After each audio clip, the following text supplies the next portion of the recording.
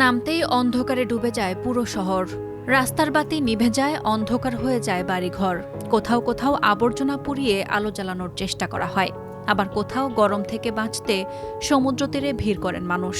মাত্র ৯ দিনের মধ্যে তৃতীয়বারের মতো জাতীয় বিদ্যুৎ ব্যবস্থা ভেঙে পড়ায় এমন দুর্ভোগে পড়েছেন কিউবার কোটি কোটি মানুষ। ১৪ জুলাই দেশটির জ্বালানি মন্ত্রণালয় জানায়, জাতীয় বিদ্যুৎ গ্রিড পুরোপুরি অচল হয়ে পড়েছে। এতে রাজধানী হাভানা সহ দেশটির বিস্তীর্ণ এলাকা বিদ্যুৎহীন হয়ে যায়। দীর্ঘ সময় বিদ্যুৎ না থাকায় নষ্ট হচ্ছে খাবার, ব্যাহত হচ্ছে পানি সরবরাহ, পরিবহন ও কর্মক্ষেত্রের কার্যক্রম। তীব্র গরমে চরম ভোগান্তিতে পড়েছেন সাধারণ মানুষ।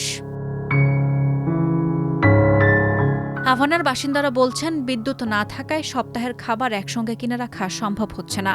ফ্রিজে রাখা খাবার নষ্ট হয়ে যাচ্ছে। অনেকেই সন্ধ্যায় কিছুটা স্বস্তির আশায় সমুদ্র পাড়ে গিয়ে সময় কাটাচ্ছেন। আবার কেউ বলছেন, এই পরিস্থিতি দেশের প্রতিটি খাতকে অচল করে দিয়েছে। এতে মানুষের মধ্যে বাড়ছে হতাশা ও ক্ষোভ। আমরা মানসিকভাবে খুব চাপে আছি।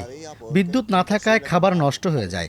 তাই সপ্তাহ বা মাসের জন্য একসঙ্গে বাজার করা আমাদের পক্ষে সম্ভব নয়। প্রতিদিনের প্রয়োজনীয় জিনিস প্রতিদিনই কিনতে হয়। এই অসহনীয় গরমে আমরা কী বা করতে পারি? তাই হাভানার বাসিন্দারা একটু স্বস্তির আশায় সমুদ্র তীরের ম্যালকোনে এসে কিছুক্ষণ বসে থাকে। বিশ্লেষকদের মতে, দীর্ঘদিনের পুরনো বিদ্যুৎ অবকাঠামো, জ্বালানি সংকট এবং যুক্তরাষ্ট্রের তেল অবরোধের কারণে কিউবার বিদ্যুৎ ব্যবস্থা বারবার ভেঙে পড়ছে। ভেনেজুয়েলা থেকে তেল সরবরাহ বন্ধ হয়ে যাওয়ায় সংকট আরও তীব্র হয়েছে। এই পরিস্থিতিতে সাম্প্রতিক সময়ে দেশটির বিভিন্ন এলাকায় ব্ল্যাকআউটের প্রতিবাদে ছোট ছোট বিক্ষোভও করছেন সাধারণ মানুষ। সাদিয়া ইয়াসমিন, প্রথম আলো।